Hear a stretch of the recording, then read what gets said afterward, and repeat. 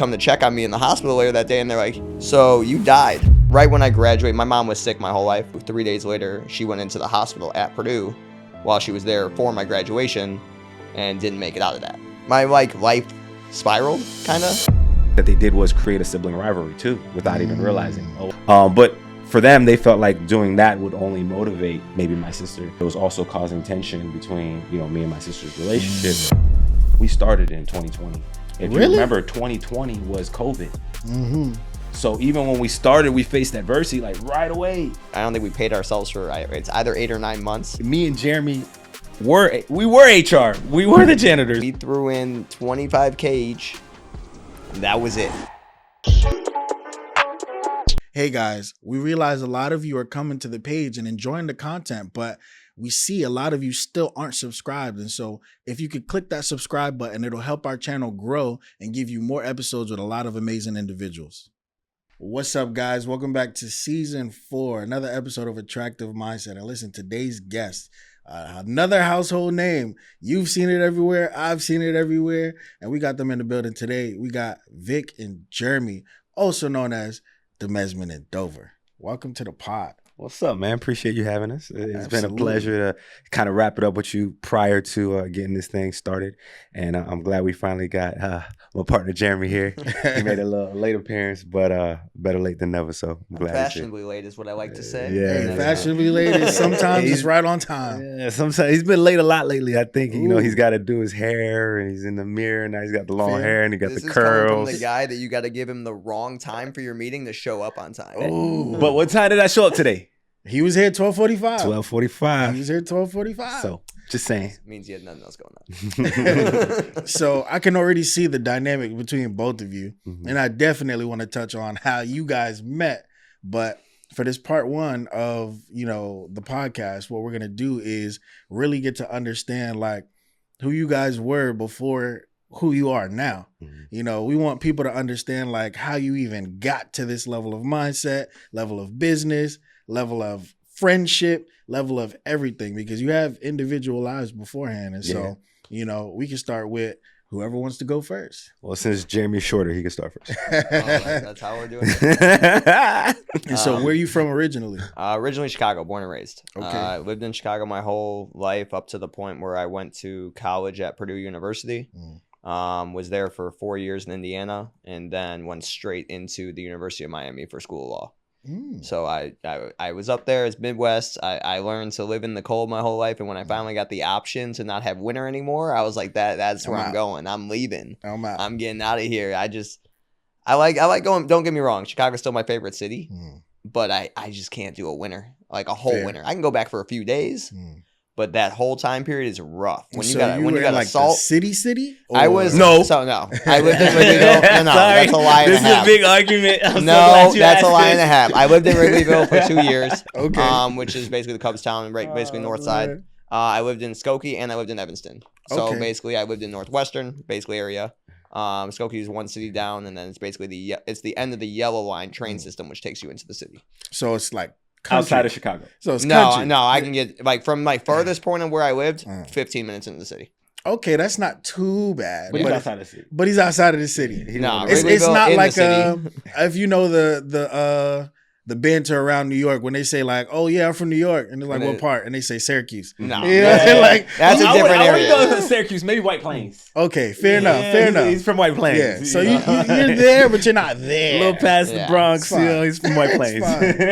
Okay, so growing up on just about to be in the city, what was life like for you, like as a kid? I mean, it's funny because me and Vic are very different, and I think we honestly had very different upbringings, but we have a similar mindset of business and life now, but it comes from different stories, which is very interesting. I grew up, my mom was on disability. My dad was in and out of jobs, had a drinking problem at times.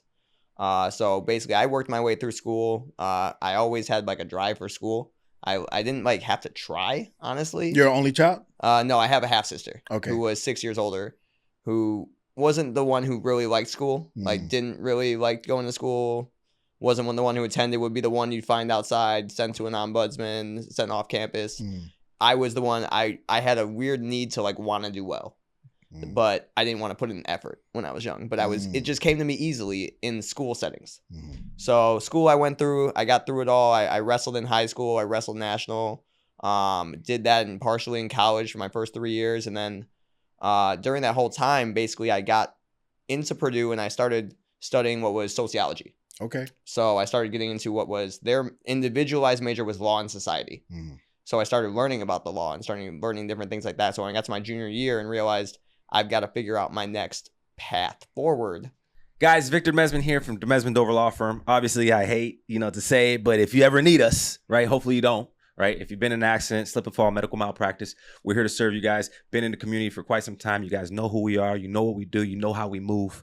The number is 866-954-MORE. That's 866-954-6673. You can find us on Instagram, youraccidentattorneys.com, on the website.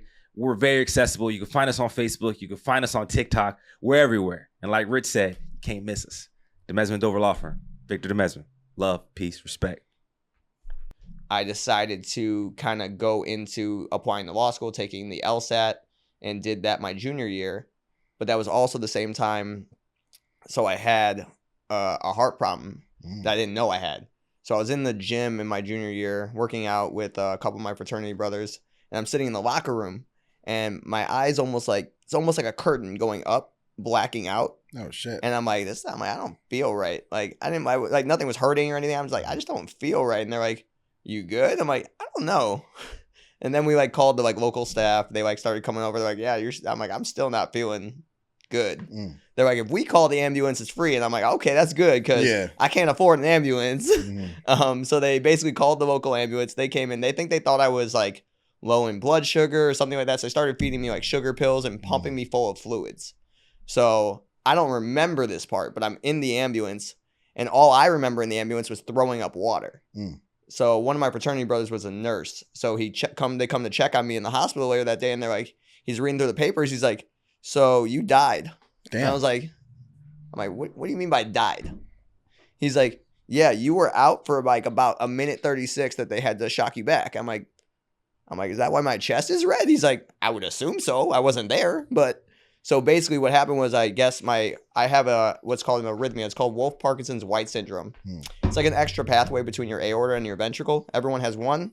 I was born with two. So about 1 in 1,000 people have it. And then 1 in 1,000 of those have what's called active. So when one's going too fast, your pathway slows the other one. So they balance. With two pathways, they would go at the same speed. So basically my heart went into what was called tachycardia, rapid heart, and it just like dropped because it got too high. Damn. And it couldn't sustain. And when they shocked me back because of all the water they were pumping me through, that's when I threw up water all over this ambulance. So that's what I remembered. People like asked me, they're like, did you see something? Did you see? I'm like, honestly, it's like the last 2 minutes before you go to bed. And I remember like, you don't remember actually going to sleep. And like, that's because I don't remember it happening. Damn. But that like led me there to taking the LSAT and then going straight into law school from that point. So with this heart condition, you didn't want to continue to do like wrestling stuff, physical stuff? I wasn't certified for anything athletic, like permanently. I had what's called cardiac catheter ablation surgery down in Indianapolis. They took me down from Purdue to Indianapolis. And they basically burn a pathway closed using like an ablation type procedure going up through the veins in one artery. And it's usually like a 4-hour procedure, but I guess I had some extra bleeding that took like 6 to 8 hours. Wow. And when I came out, like my leg was like purple, which is like all the blood pooled into the leg. It didn't hurt or anything. It just looked disgusting. And then like it would go away slowly over the next like 4 weeks. Damn. But I had that whole thing and it just, I still can work out, I still can everything, but there's always the risk that surgery is a 99.999 cure, but it's not there. So I don't like put myself in that. If I ever have what's called tachycardia again, I'm supposed to immediately go to a hospital. I have not had it since, like knock on wood, but there's always that risk. So I ended up taking the law path and it led me into like different things because I come from like right when I graduated, my mom was sick my whole life. She was on medicinal. That's why I said she was on disability. She was on medicinal steroids. She had heart disease, Crohn's, all that stuff. And she wanted to see me graduate. That was like her thing. Like she was all about school. She loved all that. When I graduated at Purdue, 3 days later, she went into the hospital at Purdue while she was there for my graduation and didn't make it out of that. Wow. So I was at Purdue, and then like my like life spiraled kind of because my dad kind of wasn't in the picture anymore. He was just doing whatever he deals with. So my mom was really the only one I dealt with. My sister wasn't really in the picture either. Not really any other family around besides like my grandparents on my dad's side. So at that point, I'm going back home for 3 months before school. I don't have any money. I applied for all the loans and stuff. It'll kick in once I get to school. My mom had just moved to a new apartment away from the place we had lived our whole lives, so I'd never even seen it. I went in there. I lived there for like 2 months. Spent the summer probably just partying and everything because I didn't know what was. My head was all types of things at 21 years old with that going on. Came down, moved to University of Miami. Never had been here before, like Miami, other than like a vacation type thing. Came in, I was trying to find a place to stay online, and I found like the university had housing and things like that, and they don't have, you're not allowed to stay on like a dorm or anything if you're in a law school. So there wasn't an option for that. So when I came down, I found like one place, and it was like an efficiency attached to a guy's house. I didn't know what an efficiency was. It's not like a thing up in Chicago, so I wasn't even aware of what I was getting into. End up there, first night, I end up bit all over with like bed bugs all over. And I didn't have any loans yet because the school hadn't paid them out yet. So I had no money. Damn. So I eventually like found a woman who was willing to put me up, who lived right by the university, and she usually housed international students, and said she would wait for me to get the loans. And we pretended she was my aunt. And she told the guy I was renting from that I just didn't get my loans and I was leaving school. Wow. So then I ended up going to the University of Miami, making some good friends on there, working my way through school, and came out. I was a personal trainer my final year because I needed to have an income while I was waiting for the bar results. And I worked at 24-Hour Fitness down in Kendall and was doing that on the hustle. And when I finally got a real job, I worked for the statewide Guardian program. So that's for like the Florida Guardian Ad Litem program, representing kids who are in the system. Got it. So we represent the third party who's a volunteer who's there to advocate for the best interests of the kid. Now, that's an interesting phrase because people think, oh, you're just advocating for what the kid wants. What the kid may want may not be in their best interest. True. Because you're dealing with children at times who have gone through a lot. And what they want may not be what it is. So you're a third party who's just volunteering. You're not paid. And we're their attorney to represent those interests to say what the best interest of the child was. I worked there for 2 years. Then I switched into private practice because while it's an amazing job and you get to see some great things, 85% of what you see is really not great. And it's emotionally destructive to someone who stays in there. So when I left that, I went to private practice and worked doing insurance claims for plaintiffs, more on the doctor side rather than the individual side. And that's where I met Victor in court one day. So I want to pause it right there because I already know that's going to be a story. And so I want to take it back a little bit to where you were talking about, you going through this process and your dad not being present and your mom being sick at the age that you are, and you not having, siblings or people that have like a support kind of system. Like, what made you choose to do better instead of cop out? I think a lot of it was my mom always wanted to see me do better. Like, even though she wasn't able to do a lot of things because she was disabled her whole life, she always cared for me and wanted me to do the best for me. And in my mindset, I think that instilled something in me personally to want to just strive for more, strive for what the generation before me didn't have, and try to step up and learn from that to help the people around me who I've seen. I've gone through that situation. I've been in that lifestyle. I know the struggles that come with that. Like every year, I was the kind of kid who I loved video games when I was a kid, and I would always ask like PS2's coming out, like brand new. Can I get that? Can I get this? And so, half the time, my mom would be like, I can't. But somehow she'd figure out how to do it. Whether she went through food stamps and used the food stamps to return and sell she did some hustle shit. I don't know what she did, but it was different things, and I'd somehow see the work she put in for that, and I think it instilled a work drive in me, even though it's a different type of work. That I always wanted to personally strive for better.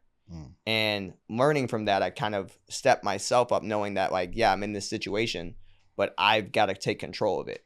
And during like college, law school, all that stuff is lost behind you because you're not in the real world. You think you are. You think you're an adult. You think you're dealing with the real world, but your bills are paid, you're on loans, you're on these things, you're not dealing with the stresses of everyday life that's coming to you. Of if you don't have enough money, you don't have a roof over your head. There was another period in law school where I was in my second year and we were doing a study abroad summer program, which would have had loans and stuff for it, which is part of the reason I did it. And middle of like the first month, they don't pay you. I don't have any loans or anything available. And I didn't have money for rent. So I had another one of my friends who was going abroad for like a month or something and just let me stay at his place for a month. So I was hopping around homeless technically for a month in law school. And you can sit here and tell people like, I'm in law school, I'm doing well.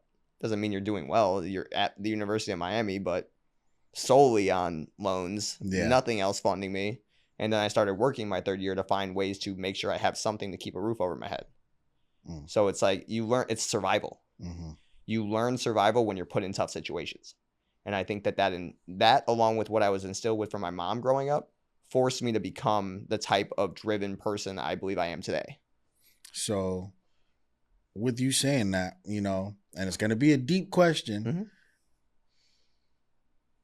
If you had a chance to talk to your mom again right now, what would you tell her? I think the biggest thing you got to sit there and say is thank you.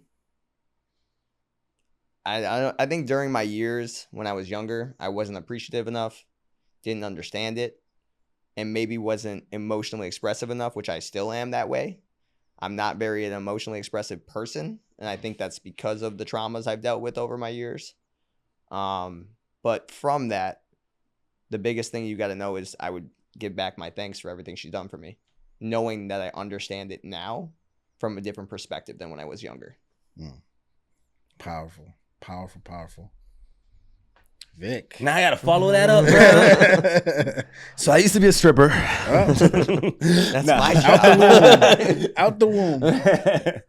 Obviously, like Jeremy said, my story is a little different. I grew up in a household, Haitian household. So you already, I don't know if you know, but you being from New York, I'm sure you've been around quite a few Haitians yourself. But obviously education was always big in the household. I was fortunate enough to have, you know, both of my parents there to push me, guide me. Similar to, I would say, Jeremy, in school. I mean, I did well in school, but it was like boring to me, right? And I mean, they say most of the people that are bored in school end up being big entrepreneurs. So I think it kind of makes sense that me and Jeremy been able to accomplish some of the things that we've been able to accomplish. But I will say at an early age, you know, my dad and my mom, but my dad instilled in me that I can be whatever I want to be. You know, anything is possible. You know, so I've always been, you know, the big dreamer type. And you know, that's a little, when it comes to Haitian culture, for those who don't know, because I'm not Haitian, but I was raised by a Haitian lady too. And they're very prominent on like specific job titles. Lawyer, doctor, engineer. Exactly. And so for you to say, you know, you had the support at a young age of you can be whatever you want to be, like that's major in the Caribbean culture. So let me go back. You could be whatever you want to be. Lawyer, doctor, categories. engineer. Okay, that makes more sense. So I think what it was just more like pushing you to believe in yourself and not let other people doubt your abilities, right? You know, sometimes people will doubt your abilities because maybe they can't accomplish it themselves, right? So they throw their own fears and insecurities onto you. And my parents, especially my dad, would never want that to happen to me, right? My dad's never worked for anybody. So for him, he was always like, why would you work for somebody? I've never had to work for anybody. And, you know, look what I've been able to accomplish.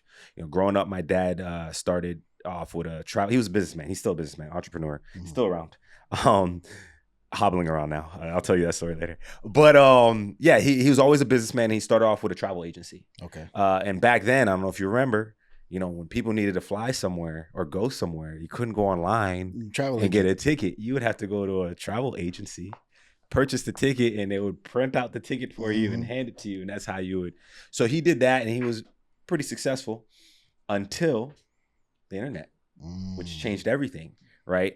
And that's where kind of like our lives changed, right? We went from doing okay to not doing okay to doing okay to not doing okay. So for me, at the time, I didn't realize, like, my parents wouldn't tell me, like, hey, you're living in a 2-bedroom apartment and you and your sister are sharing a room. We're not doing well. Like, it was just, my dad always had that, and he still does, that, keep pushing, go getter kind of mentality, right? But he would never tell us about any problems or insecurities. I find out about those things later on in life, and especially when I start understanding things. So when he had the travel agency, pretty much went out of business when the internet came, because people just started going through the internet. So he had to make a pivot. He had to shift. And when we were in that 2-bedroom apartment, he ended up going into real estate. So then he took courses. Thank God my mom, she's an engineer. Okay. Haitian, right? Engineer. Yep. So she was an engineer. So her salary is what kind of supported us during that downtime, right? But I mean, still 3 people that she's supporting on top of her, still tight. You know what I mean? Super. Obviously, we weren't homeless, but it was tight. You got by. Yeah, we got by, right? And then my dad started doing real estate, and then real estate was booming. My dad was killing it. Oh, and no. then 2008 happened. Yeah. Right? Where the crash, Dodd-Frank Act, and all these houses foreclosed, and then that changed. So then he had to pivot to, okay, well, I can't just depend on real estate. I've got to do insurance. So my dad's not only a real estate broker, he's an insurance broker, and then he became a mortgage broker. So like over the time, obviously at the time I didn't really understand what was going on, but as I got older, I realized, like, damn, like my dad was always like, I didn't know about it, but he was always figuring it out. Right, my family, my mom too, because I don't want to keep her out of it. Right, together as a team, they would always figure it out, and I think I developed that perseverance. There's always a solution. Like we're gonna make it work, and we're gonna adapt. And to this day, I'm a very flexible, adaptable person. You can throw me in any situation, any circumstance. I'm always gonna find a way out of it. It's only you and your sister? So it's only me and my sister, born in the same year, 10 months apart. Wow. Crazy, right? So I was born February 1989, February 12th.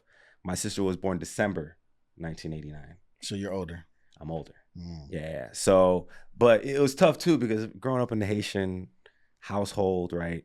You kind of had and they don't understand, but now they're starting to understand, right? Because I try to put them on, as far as like the way you raise kids. And, for them back then, they didn't know any better, right? So I used to get disciplined. I used to get whippings. I used to get all of those things. And a lot of other things that they did was create a sibling rivalry too, without even realizing, oh, why can't you be like your brother? Or why can't you do this? Damn. Why can't you do that? And it would cause, tension in the household. To this day, wow, it would cause tension in the household, right? But for them, they felt like doing that would only motivate maybe my sister, but they didn't realize that it was also causing tension between, me and my sister's relationship, because my sister always felt like she wasn't good enough for my parents, because they would always try to compare her to me, if that makes sense. But yes, me and my sister are still pretty close. She's a nurse. Okay. And I ended up becoming a lawyer. But going back to my story, I grew up down here in South Florida, Fort Lauderdale, born in Boston. But I moved here when I was 3. My parents met in Boston. And then we moved here when I was 3-4 years old, 1994. And so I grew up here. All my family's in Boston, but South Florida's my home. Went to St. Thomas Aquinas High School, played football, basketball. Then went to UCF, undergrad, pledged in the frat, Kappa Alpha Psi. After UCF, I ended up going to LSU for law school. The reason why I ended up going to law school was because at the time, my dad, he had his real estate broker, mortgage broker, insurance, and all that. He said, hey, man, like I have these real estate deals, and, I'm going to this real estate lawyer for these closings. And like when I get there, he's got like a line of people ready to close. Like he's making like 100,000 in a day type stuff, right? He's like, you might want to think about going to law school so we can make this real estate thing like a one-stop shop. We sell the person the house, we do the insurance, we do the mortgage, and we do the closing. So I was like, all right, bet. I'm gonna go to law school. I did undergrad, I did mock trial. I was always good at public speaking. You can put me in front of a room. I never had an issue, communicating with people, talking and things like that. So I ended up going to law school. Ended up graduating law school. And after law school, my dad was like, all right, you ready to start this law firm? And I was like, no. Because like, what people think is like, they think you go to law school and you learn how to start a law firm. And that's not how it is. We go to law school and we talk about stupid crap and theory, and that's almost everything at school. Yeah. And reading case law and making you write all these papers and doing this and doing that. And you don't really learn the practical side of practicing law. So I ended up applying to a firm. I worked at that firm for a little bit. And one day in court, I ran into this young little kid who had no tie on, a big old suit. And I thought he was I thought he was only like 12 years old. I swear to God. I was like, bro, who let this kid in this courtroom? I'm like, he got a big old suit. He has no tie on. And come to find out, he was an attorney. I had no idea he was an attorney. I promise you. I'm not even trying to make a joke. I thought he was not an attorney. I was like, who let this kid in the courtroom? And it was at that time we ended up speaking, exchanging phone numbers. And every time he would try to hang out with me, and he was always talking about the law. But I had my business card, and I gave it to you. Oh, he gave me his business card. The business card was blank. He wrote his name, his phone number, and where he was working. Smooth. No, it wasn't smooth. But I was like, hit my line. One thing I remembered though was how passionate he was about the law. And there was an opening at the firm that I was at, and it was a pretty big firm. And I told my boss at the time, I was like, yo, it's just a kid, annoying as fuck. You know what I'm saying? I don't even know if I'm allowed to curse, but you're good, annoying as hell. Always talking about the law. Maybe he might be a good addition to the team. They interviewed him and they came back and they're like, no. And I was like, please, just give him a chance. And at the time, my supervisor was having issues there at that place without getting too deep into it. And I hit up my boss again. I'm like, yo, like he's still like, we can make this offer to this kid. He can help us out. Da, da, da, da. So they ended up making the offer to Jeremy. And Jeremy ended up coming on board. And it was probably one of the best things for the both of us, right? Because we were able to develop a relationship. But not only develop a relationship, I was able to see how he was in the work setting. Because it was always my dream to do my own law, right? My own law firm. And I remember the first time I met him, I even mentioned that to him. First time I met him, outside of the courtroom when we hung out. And he's like, yeah, just let me know. And I'm like, oh, fuck. Just let me know. I don't even know you, bro. Like, like, oh, would I partner up with you, right? Yeah. But when we worked at that firm together, I was actually able to partner up with him without partnering up with him, right? Because we led that department together. And that's when I realized that, all of his weaknesses, he hates when I say that, all his weaknesses were my strengths, right? And all of my weaknesses were his strengths, right? Like for me, for example, I hate legal research and writing. Jeremy loves reading. I don't know if he still does, but he did at the time, right? And for me, if you put me in front of a judge, or if you want me to make a legal argument, if you want me to go into the courtroom, I don't mind it. I could do that all day.